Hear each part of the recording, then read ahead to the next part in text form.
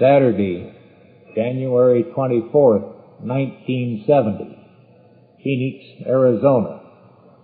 The following talk by Franklin Wolff was given at the Briggs residence. Tonight, something I have never attempted before. Nor do I know of a precedent, but I assume it must have been done, or I wouldn't have thought of it. What we seek to do is deliberately to produce, if possible, inductions. In the past 33 years, we have known many inductions, but always they came spontaneously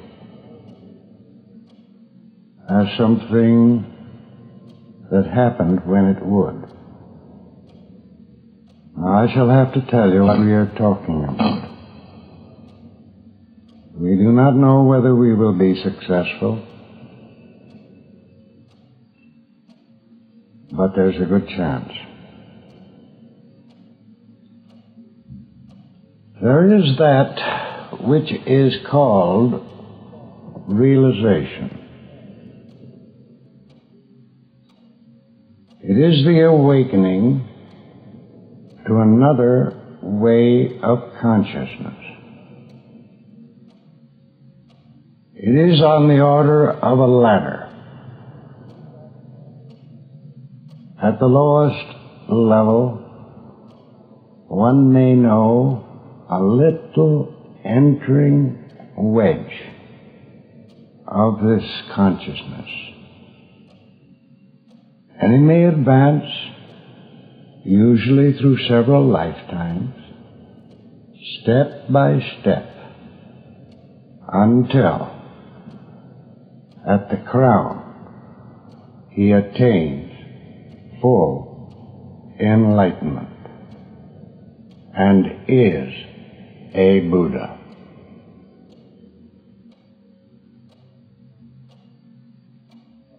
A glimpse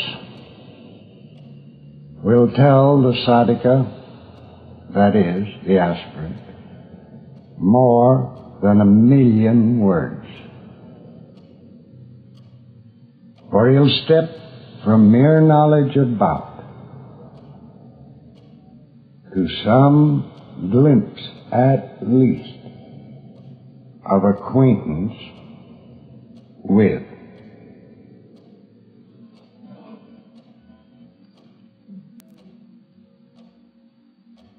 Now, it is fundamental that no one should ever be forced to take a step this way against his will. And I'm going to ask you all to answer this question before we proceed. And if your answer is negative, we'll ask you to step into the front room. We want no coercion of any person whatsoever.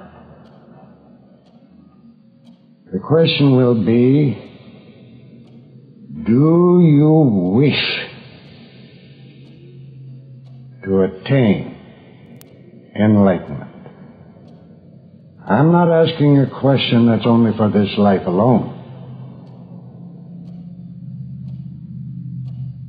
I'm asking a question that may involve the commitment of many lives. But this I can say, that the consciousness in which we commonly live here, the consciousness of samsara, is a consciousness preeminently of suffering, a consciousness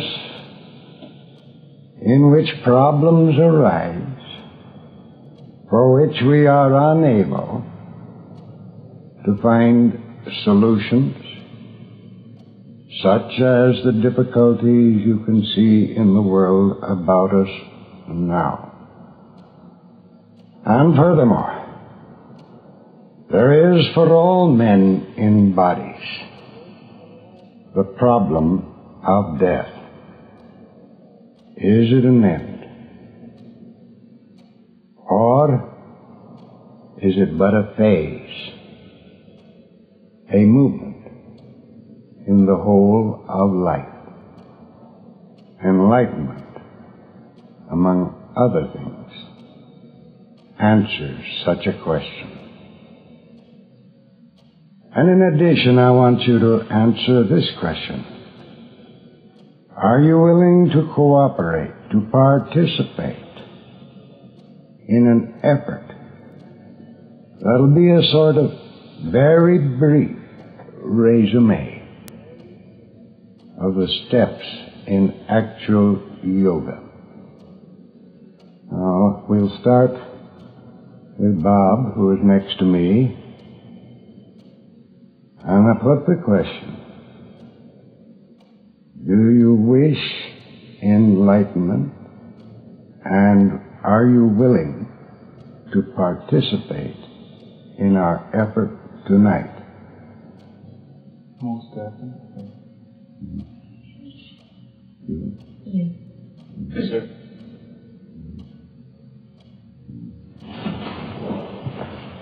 Okay. Yes. Yes.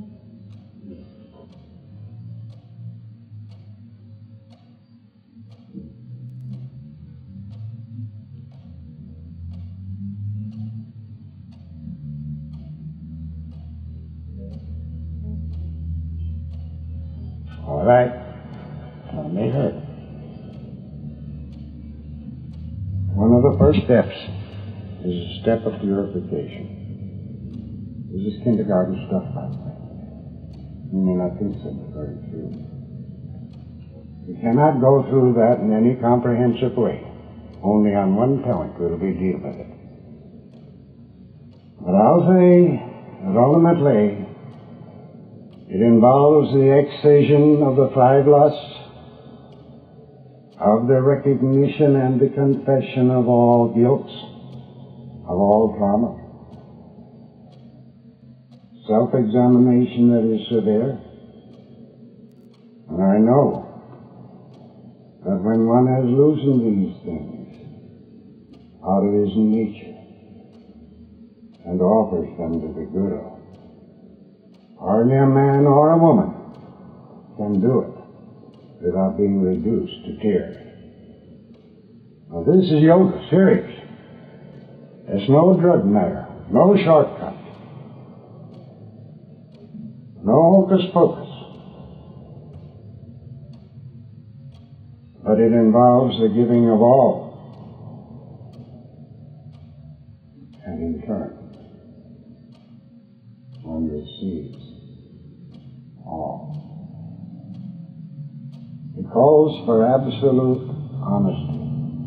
No psychological device to hide from oneself something that may involve guilt and so on. Now, there's one point we're going to deal with tonight. The point of hostility. In a Sangha, and for tonight at least, and in part at least continuingly, this is a Sangha. That is the community of the sadhakas, the seekers, a brotherhood. Remove from yourself. This takes an act of will. Well, it's an operation if you do it right, like removing a kind of cancer. Any hostility you feel first for anybody whatsoever. But second, most important, any hostility you feel for anyone here present. Look into yourself.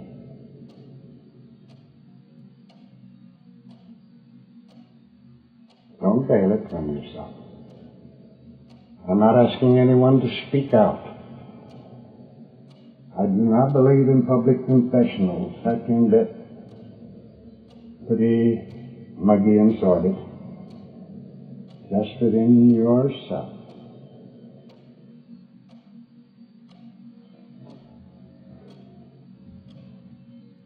Now, there's something very curious about these persistent qualities that one has to struggle with, like a hostility, like a lust for food and so on. Like a guilt, like a habit that you feel is a guilt that goes on just the same. They're not abstractions.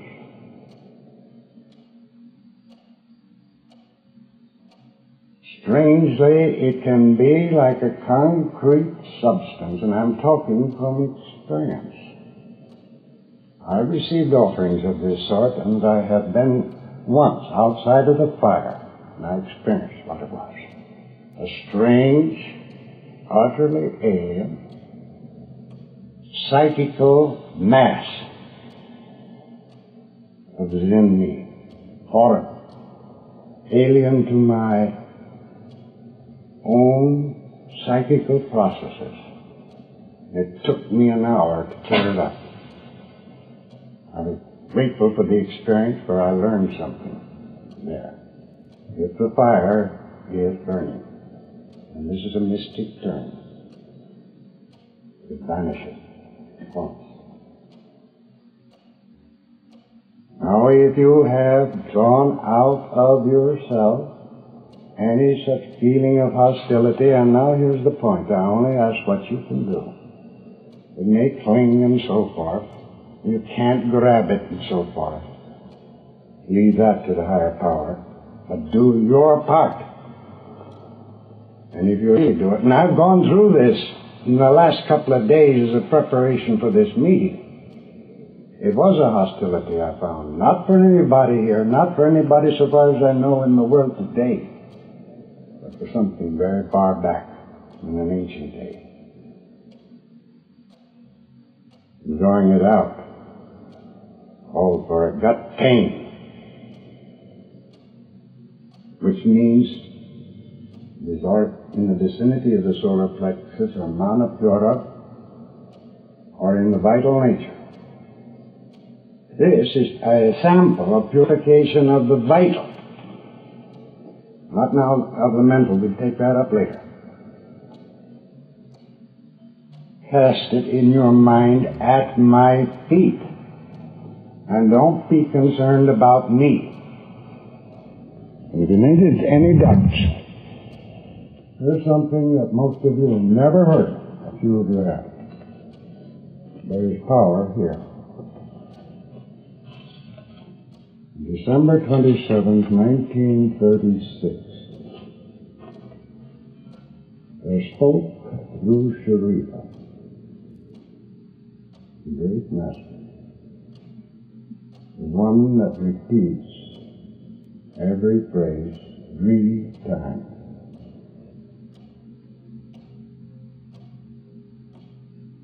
There is still living in the world one witness of that event. That witness is here tonight. Turning to the four present and indicating Yogi, that's the way they addressed me, he said, I would that he make the sun to shine within the hearts of men. I would that he make the true moon to arise within their mind. I would that he make the star of initiation to shine within their soul. I will direct the fire that consumes the dross, this dross you throw at my feet, and I will cause the light from those flames to descend again as a rain of spiritual fire, falling like pearls in the mind and as dew upon the parched hearts of men. Power here is not only what you see. That is merely a bit of the vital purification. Beyond that is the mental purification. This may be even more difficult. For tonight, remove from your mind, as far as may be, all predilections, all preconceptions,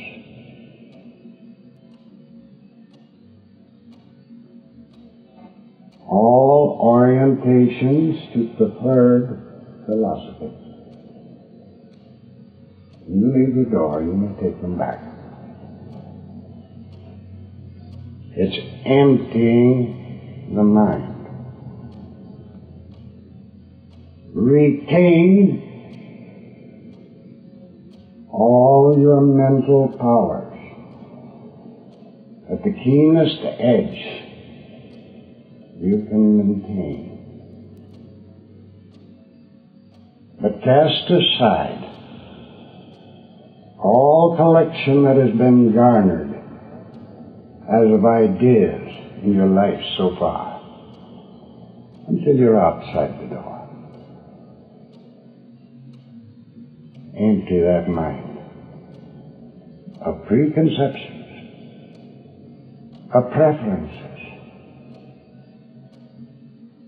that is predilection, of preferred philosophies.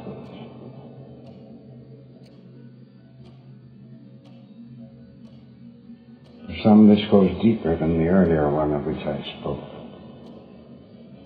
If you have succeeded in this, then you have become, in the true sense, as little children. Not the stupidity of children, not the ignorance of children, for you retain every capacity of the mind, all of its powers of self-analysis, all of its capacity for judgment, discernment, discrimination, to be kept at as acute a level as possible.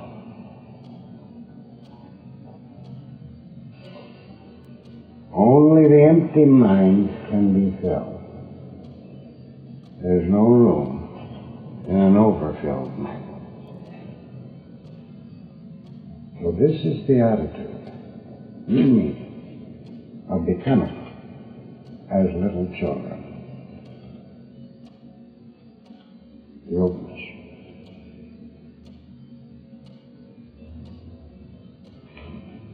All of this that's covered so far, and it's very, very brief, is only the kindergarten stage of build-up.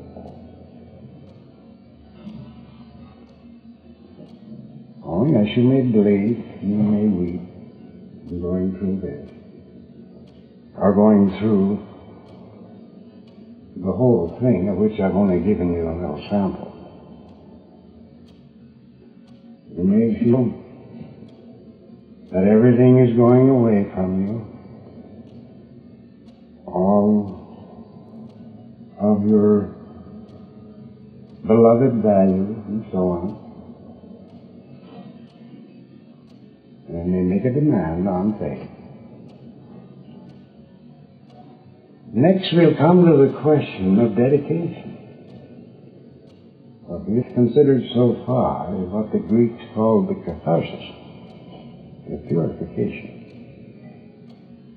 Dedication. And this, in its ideal form, is very thoroughgoing.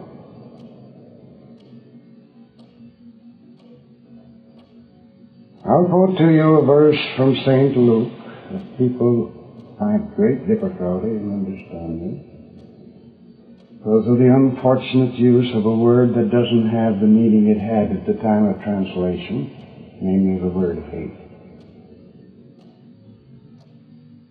He who does not hate his father and his mother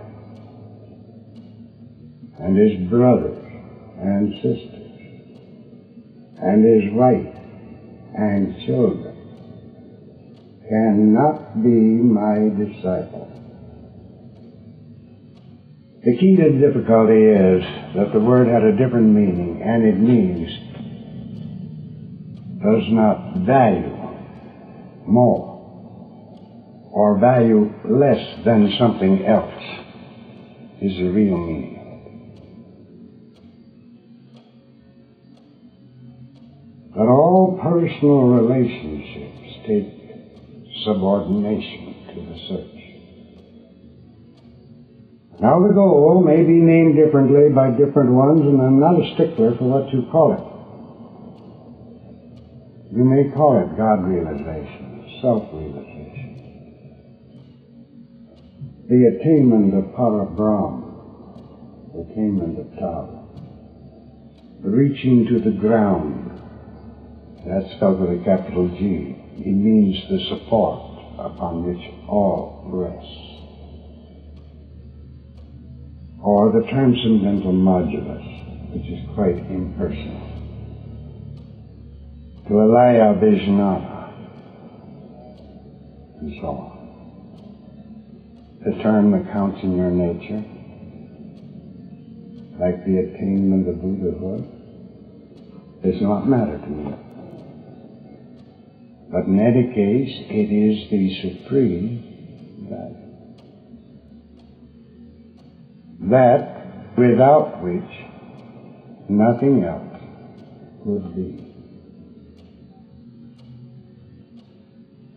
The dedication to this, to be effective, ideally is single-pointed, subordinating every other interest,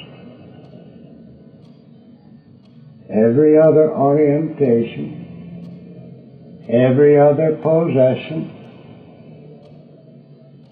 to this prime dedication. A dedication that would go so far that one would be willing to lose all, even life itself, if that were necessary. Now, most human beings don't reach these perfection of attitude. Perhaps, maybe no one ever does completely. But I'm formulating as clearly as I can and as I see it, the law. There is indeed adjustment to human relativity. This absolute perfection of attitude may not be reached, but it should always be the ideal held before one. You should be satisfied with nothing less than that, and at the same time content with that which he has. A dissatisfied contentment, if you please.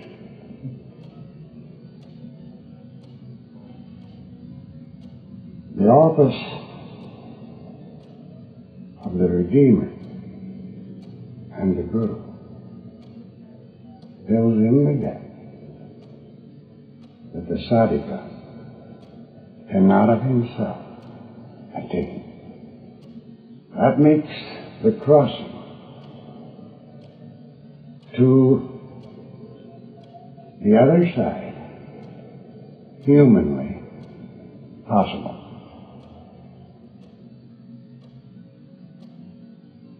But while we cannot attain in general this absolute perfection of attitude, we should never content ourselves or satisfy ourselves with anything less. Aim at it. Always. But be not discouraged because you do not succeed in attaining it now. Keep up. And as I say, this is the kindergarten part. It may seem a little rough even so. That's all it is, compared to what follows.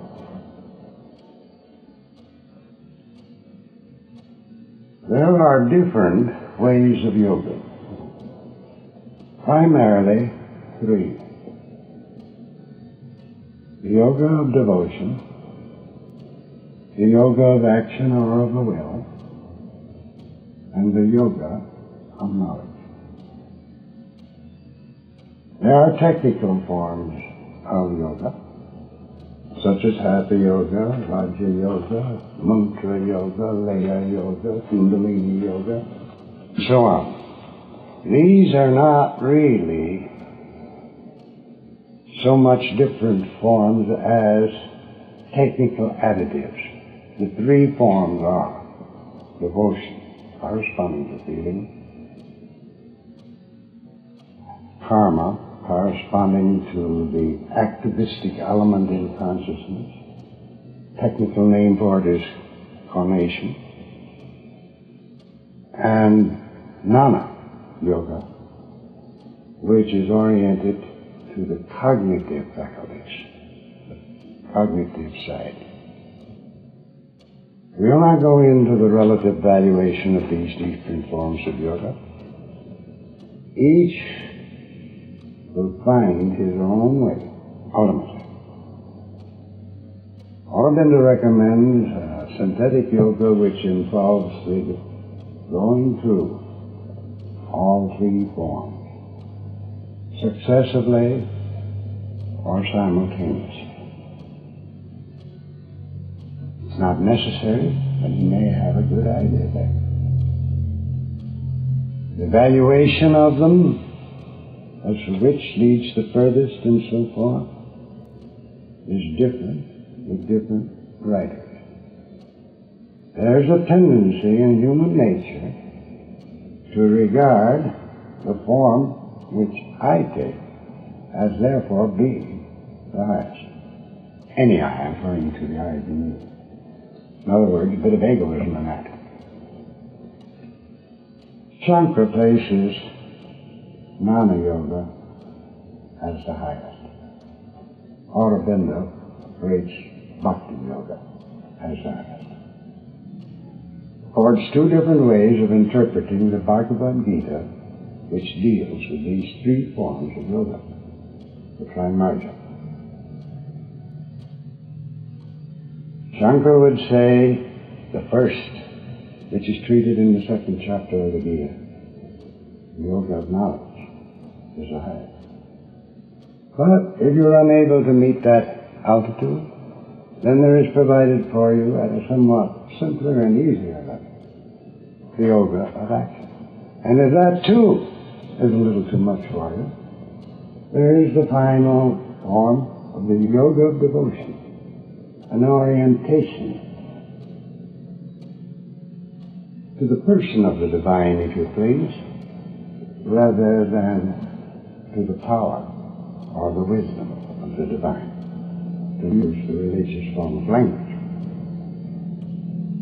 But what we will sketch tonight will belong to Jnana Yoga, the yoga of knowledge, the yoga I know. I sympathize with all who choose the other path. Has no rejection whatever. But this, I know.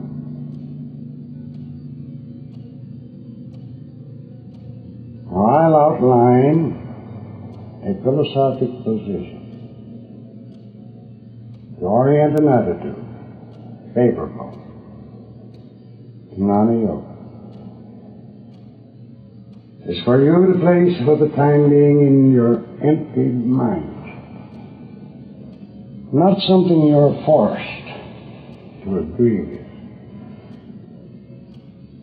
I ask you to take a journey with me. and see how you like the scenery. If it is not to your taste, then you may turn otherwhere. It's perfectly all right. Just a journey to see the scenery, if you can. The position is radically anti-materialistic, radically anti-behavioristic, and radically anti-tantric. I'll explain. I do not mean that a materialistic orientation attains no truth. In fact, practically all our Western orientation is materialistic in the broad sense of the word, since it's extroverted.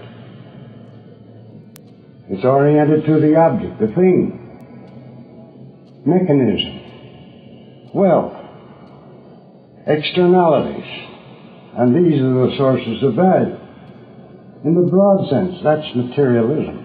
And materialism thus is not simply that which is so known technically in philosophy or by the Marxists, which is a particular heavy, dense, dark form of materialism. Anti-behavioristic, because this is a view developed in the study of animal behavior and extended to human beings in an important part of sociology, in which essentially you treat the animals or the humans as non-conscious beings. You treat them as though they were no more than computers, something that receives stimuli and responds to it. And while most men would not go so far as to say there is no such thing as consciousness in a human being, the behaviorist and the materialist would say it doesn't count. It's a byproduct. As one man said, it is only a bump on the log of evolution and is totally irrelevant. Our position is radically anti-that. Anti-tantric. Probably some of you no doubt know what we're referring to. It's a large subject. The thesis of the proponents of the Tantra is that it is the form of yoga available in Kali Yuga, that the other forms of yoga belong to the other yugas, that man in his density needs the aid of something he can grasp with his ordinary capacities. So, the stunt of sitting in certain difficult postures and breathing in a certain way and performing a number of difficult acts involving the body and certain specific concentrations within his understanding will enable him to attain through these an external approach to an effect.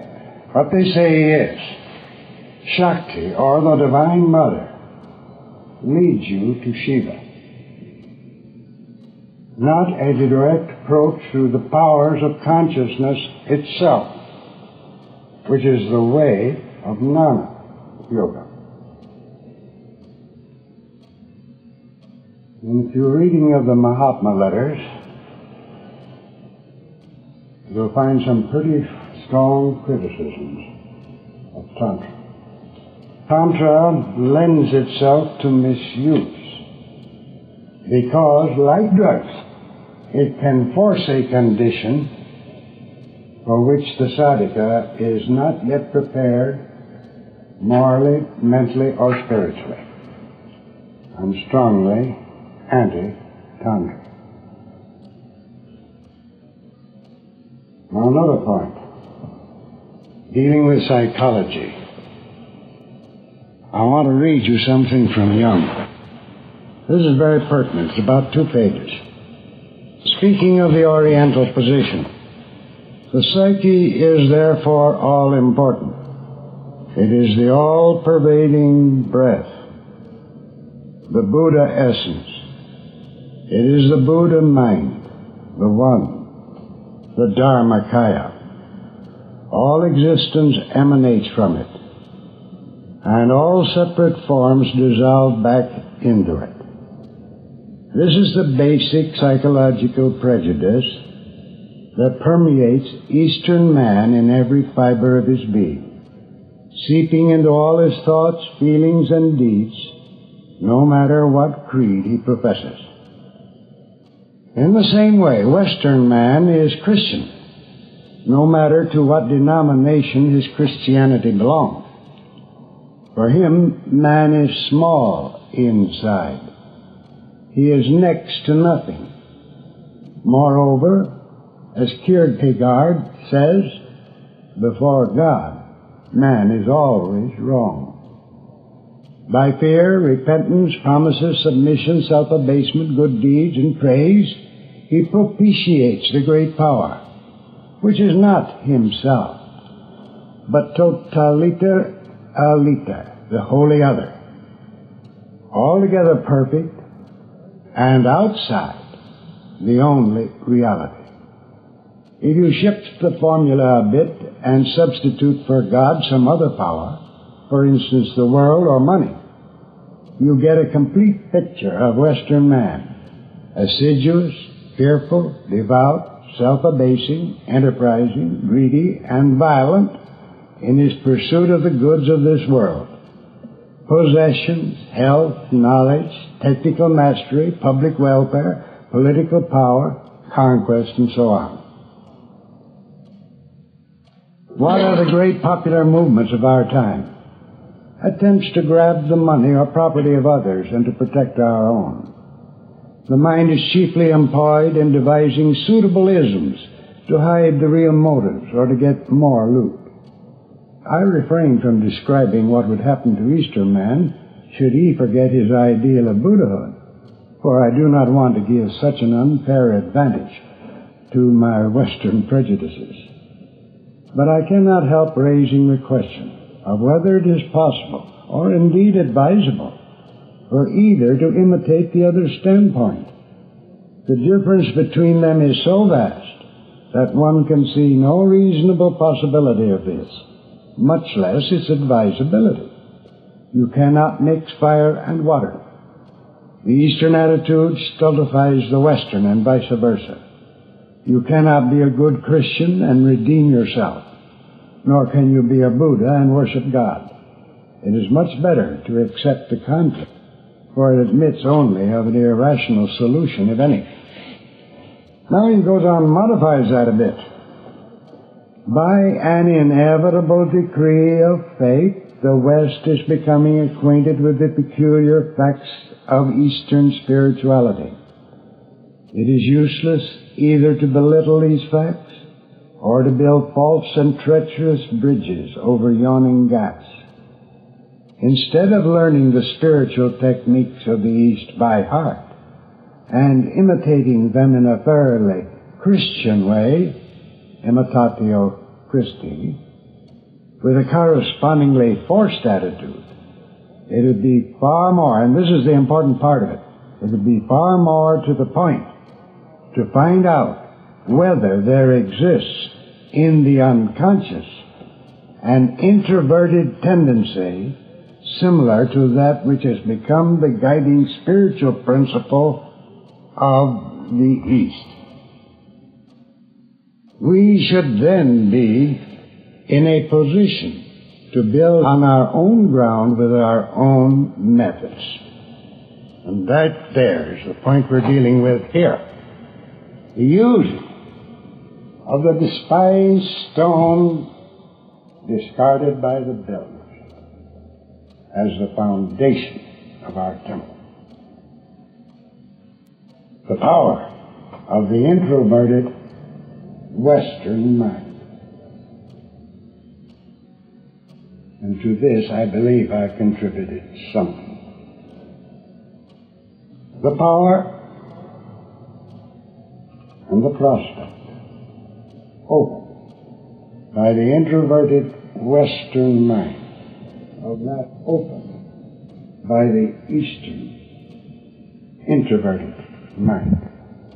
It's the neglected door. We're all one in the last analysis, but we are different facets of an ultimate reality. The right method used by the wrong man leads to wrong results. And merely imparting that which is valid to one with the Eastern psychology into and for Western man is not enough. It amounts to his placing upon himself a false facade. But our door to the eternal has been neglected.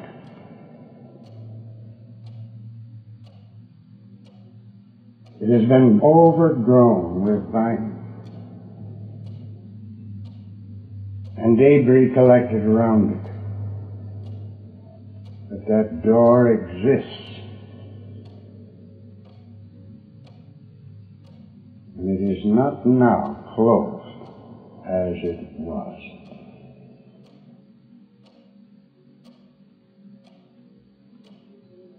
But he who goes this way will be despised by his Western brothers.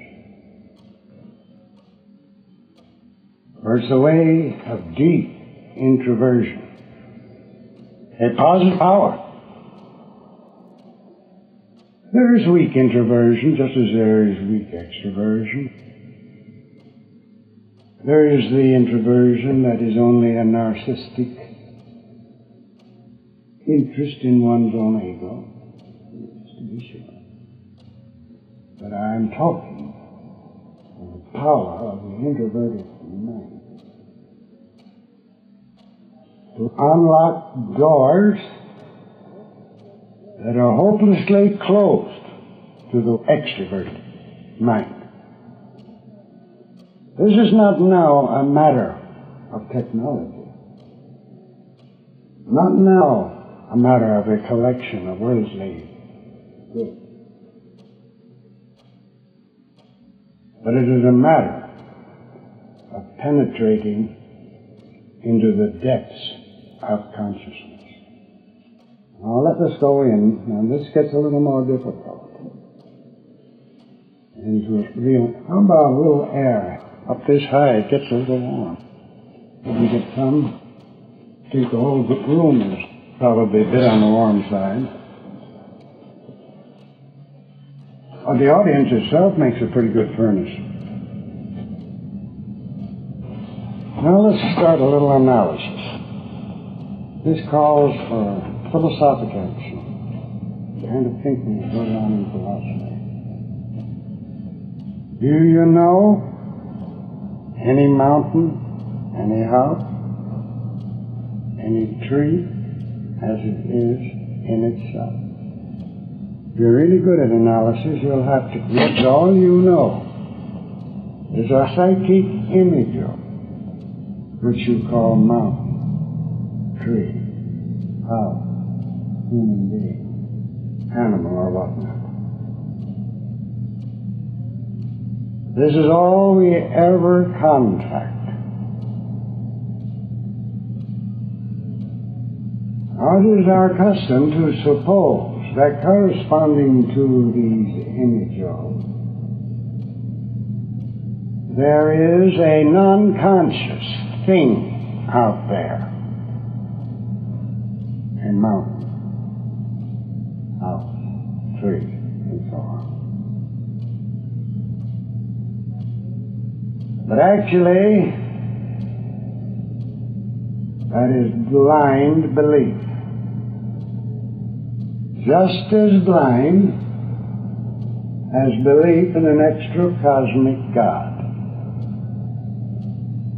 I never, nor did you or anyone else, ever experience anything but an image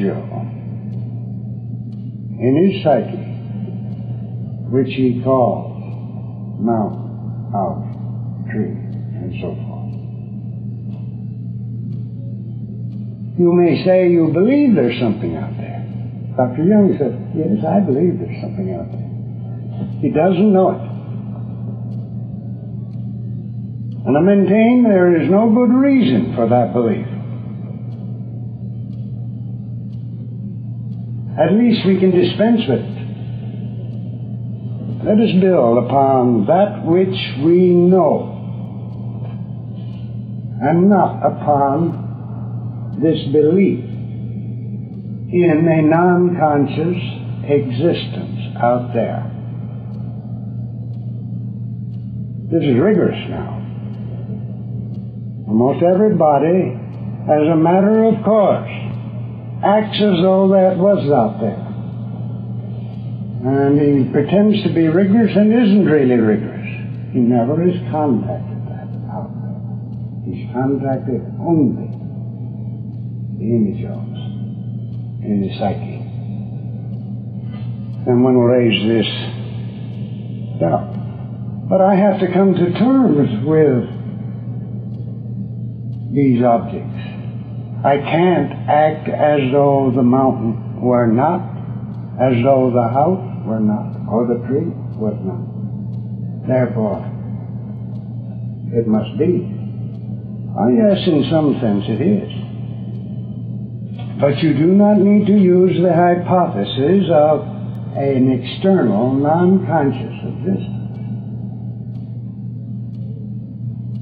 There is, and we can know this from our analysis of consciousness if it goes deeply, that which Jung called the collective unconscious. And we will see presently that it is only apparently unconscious. That actually it is an inversion of consciousness and can be experienced as consciousness. Nonetheless, it is objective to us as individuals. And the basis of that objectivity to which we must adjust can be seen as a presentment out of this collective unconscious. And that is why we have to come to terms with it. And then here's the thought. Suppose you had so far penetrated into the myriad resources of yoga and moved within this collective unconscious, realized as another way of consciousness. And then you might say to that mountain, disappear, and it would disappear. Not consciousness moving a non-conscious mass, but consciousness molding in the stuff of consciousness itself.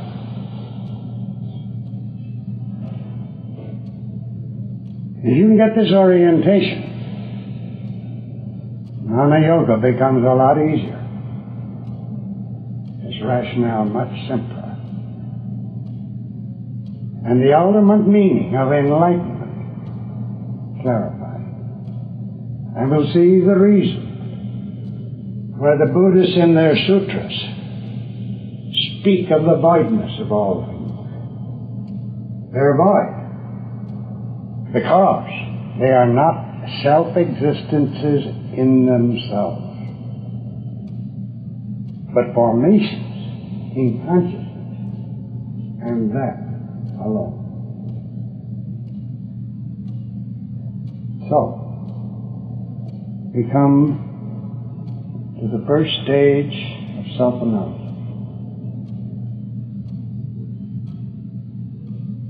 It runs generally this way. I ask, what am I? And first, it occurs to me that the idea that I am this body is a delusion, because this body is an object before my consciousness. I speak as though it were my body. I speak as though I possess it. It's therefore external to me.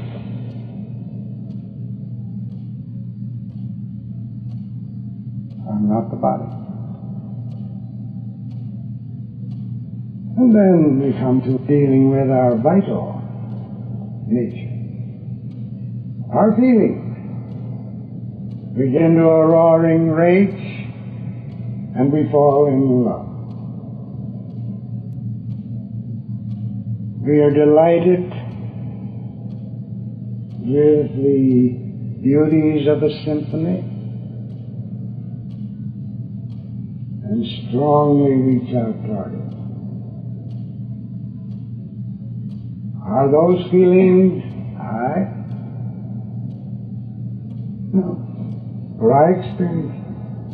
I but experience them. They are different from me. I can identify them and name them, and that itself is enough to prove they are not I. No, I'm very deliberately violating the rules of grammar. For I, the I of which I speak, is never an object, never a me. You can't write these things and be grammatically correct. Am I this body of thoughts in my mind? No. One gets a little closer to his thoughts than to anything else. It's a little harder to untangle it. But if he watches and studies closely enough, the thoughts come to me. I accept or reject them. That which accepts or rejects them is different from the thought. And then, I finally reach this point where I find that I must be this something, in some sense, different from other people. I'm not the mind, I'm not the feelings, I'm not the body, that I see. But I surely am. I surely am an individual, apart from others. Now, what you've gotten a hold of is a very difficult fellow. It's your ego. He can sneak around and confuse you like the dickens. You can spend years trying to get behind him. And what you do, you get into an infinite regression. You look at your ego. All right, here am I. All of a sudden dawns upon you that that which is looking at the ego is really the I. So you stick that one out in front. You look at it again, but then you realize couldn't be, because here's the something that is observing it. At last it finally dawned that I am that which is never an object before consciousness. And mayhap at that moment, in your analysis, the heavens will open. One time I went through this analysis in 1937. As I finished it, somehow or other, there was induced in me a state that was later identified as waking samadhi. It seems like a great pillar of force surrounding me with apparently its center coalescing with the spine, and I would have estimated as it felt to be about 6 feet in diameter, and in that energies were rising, descending. And the body began to get stiff. It was difficult to walk over to the podium. I'd been at the blackboard, and then I rested on the podium. The speech became lower in register. Maintaining function objectively was difficult without breaking the state. I saw that that whole audience was involved. You could see it in their faces and so on. I described the state to them for a short time. And when I felt there had been enough of it, because this would be rather strong for one that was greenwood, I turned it off. Now that was easy thing to do. There's just a little valve somewhere in one's total psyche, called the butterfly valve. You flip it as easily as you would move a finger. You shifts your consciousness over another way. And then all of this began running down like an engine with a flywheel on which the power turned off. And I had them, the students, give me a report on their experiences. Almost every student had an induction that night. The experiences were of a sort that compared well with those reported in Dr. Buck's Cosmic Consciousness. That was what I mean by an induction. Now a little bit more of this analysis, getting a little more subtle. You break a leg, you have an attack of colic. Somebody shoots you. And you say, I suffer. There's certainly something in you that's involved in a state of suffering. There's no question about that. Or again, you may be having a delightful experience, eating something you enjoy, or dancing, or looking at a moving picture that is very attractive, or scenery in the wilds and so forth. You say, I am delighted. Something does participate in the modification of consciousness, no doubt about that. But if you are subtle enough in your analysis, the sense of I suffering or I enjoying, as standing above it, a sense of I that only witnesses suffering and enjoyment and all these states, and is not in the least affected by it. That I am. This that suffers and enjoys and goes through all conditions and will say, I am in these states, which is our ordinary way of language, is less than that I. Probably we should properly call it ego. Now, if your analysis has been subtle enough to isolate this that witnesses, that stands aloof and untouched, the most intimate part of all your being,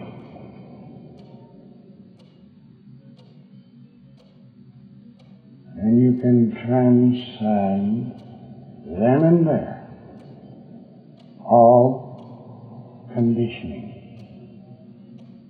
witnessing all, but conditioned by nothing.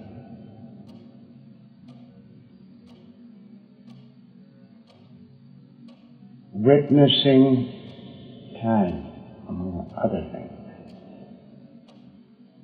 but unconditioned by time. And then you may know, not believe, not have faith in it, but know your own indestructibility. Not because the Scriptures say so, not because anyone else said so, but because for yourself you have discovered your identity in that which merely witnesses time and is not conditioned by it. That which is unconditioned by time is birthless and deathless and eternal. And you've solved with knowledge, once for all, one of the greatest uncertainties that badgers man. Oh, it doesn't mean that you have proven an immortal organism. You've proven your own deathlessness. Not the immutability of equipment. That's another matter. Equipment may be made to last longer than it does with us ordinarily. But that which is born inevitably passes away. And sometimes that is quite fortunate. For that which is born may be suffering, and it will pass away. But this is to have discovered as I never was born, for it transcends time. Witnesses as you discovered it witnesses. Time and even space. Thus beyond time and space and law. Know that I am. When I say that, I speak for the I in each and every one of you. For this I is one and alone.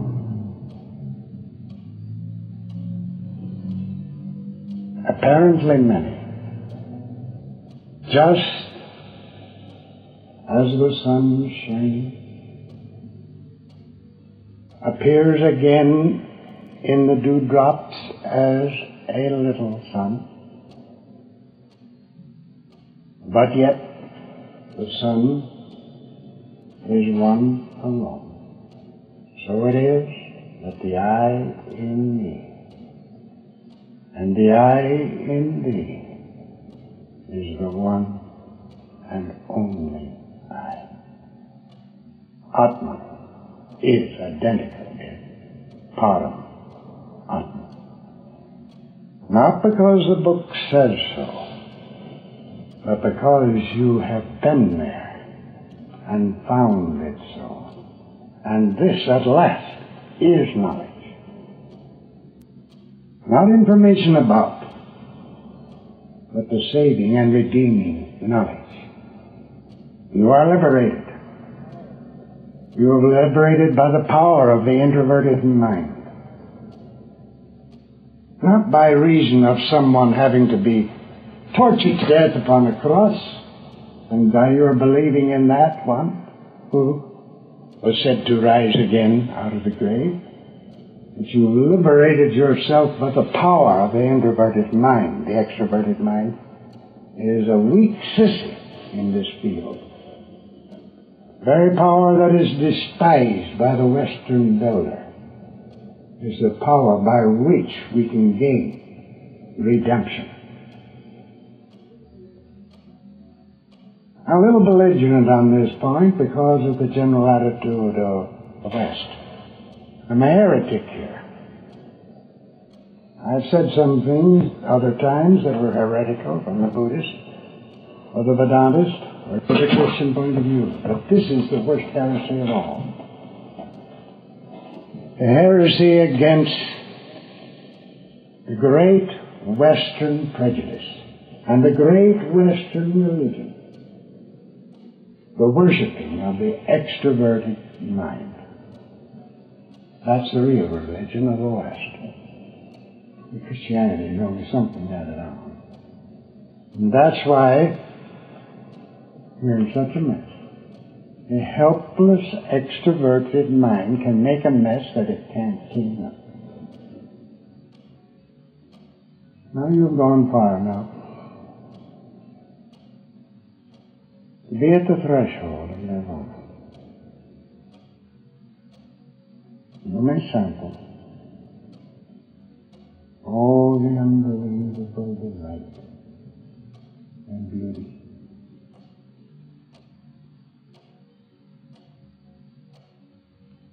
The sweetness that's all-encompassing. The peace that is ever-enduring. Beyond the greatest amazement. You may well cry, though I suffered through 100 lives as the price, yet that price would be as naught compared with this. Yes. Now, the real steps from the hard ones. Yes, the really hard ones. It is possible to accept this wonder.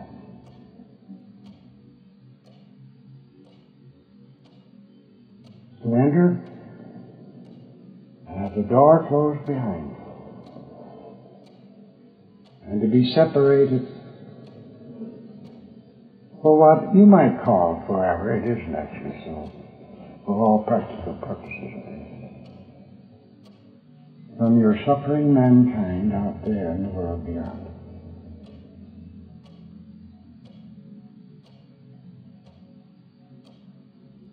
Are you satisfied with that? Would you be fully happy? Knowing that though all problems for you are resolved, the suffering out there has not ceased. You may choose then, and this I urge,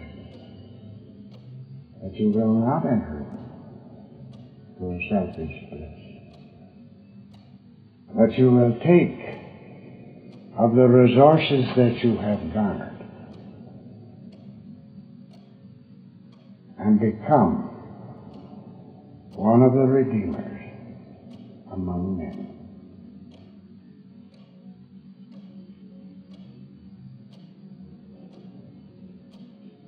The picture in the literature stops at this point. And I'll say now goes beyond the literature. Whether this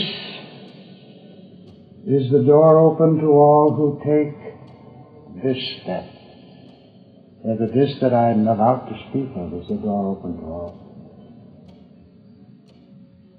I know that it came to me. And I walked into my consciousness that which transcended the nirvanic as the nirvanic transcended the samsaric. Its quality was totally different. Not one of this delight, but a principle of equilibrium that united all pairs of opposites, including samsara and nirvana. In some ways, a kind of neutral consciousness that knew that it could enter the nirvanic state and leave it at will, enter the samsaric state and leave it at will. Nowhere in literature did I find any reference to anything of this sort.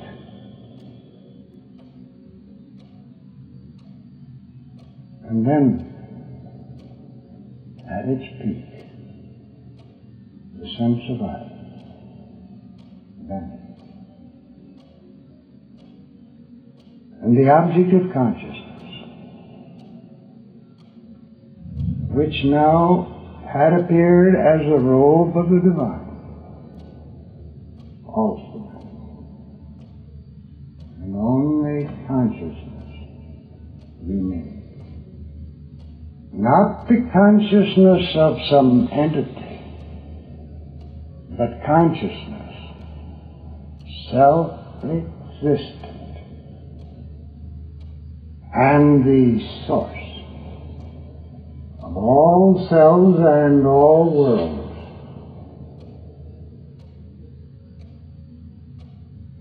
This is enlightenment.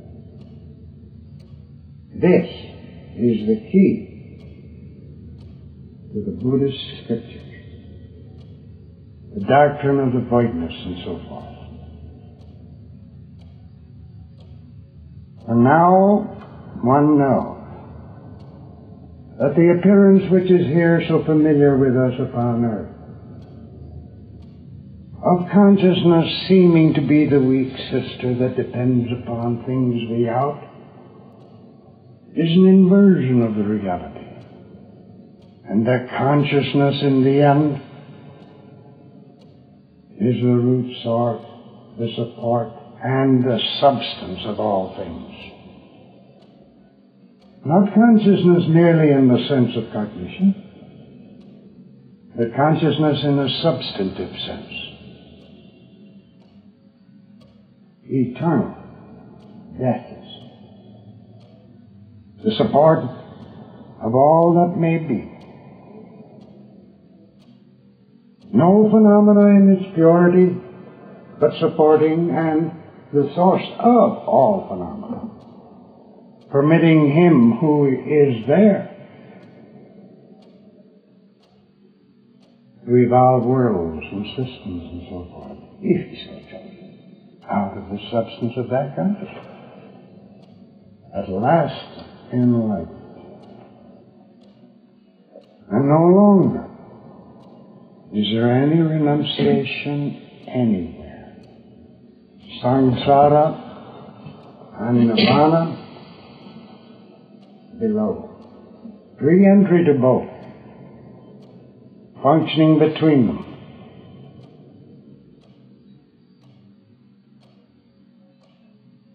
And mayhap,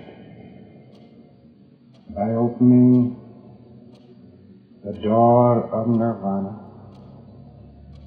so that its saving substance may flow through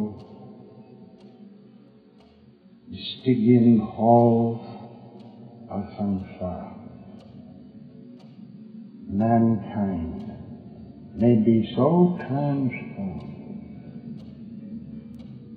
that he'll find the way to solve his insolvable problem. And he'll find the way where war will be no more, and clashing and conflict of interest will be no more. And the samsaric world will remain a purified, cleansed zone in which consciousness plays its games in happiness and delight. And from this height, you now may descend and among men. You may carry that which is with you. Now, I don't expect that everyone here climbed all the way. I've given you a glimpse of a journey. A journey to which one, the key to which is that one dedicates the whole of what he is and his whole life. And I can assure you, it is well worth all that it may cost. Now, I think this is enough. It didn't take 2 hours. I'll close with certain mantra that comes from the Prajna Paramita.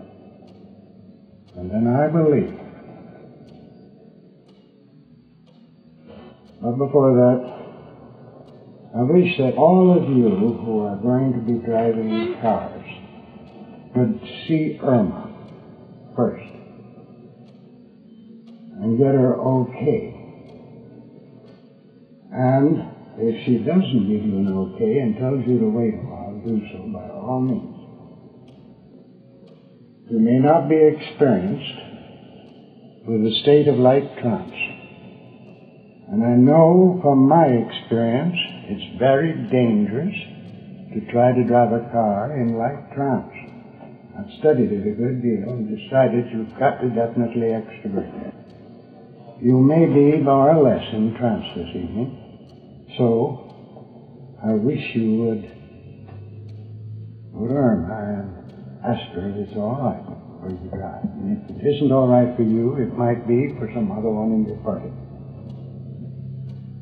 I know what I'm talking about. I don't think this is any nonsense.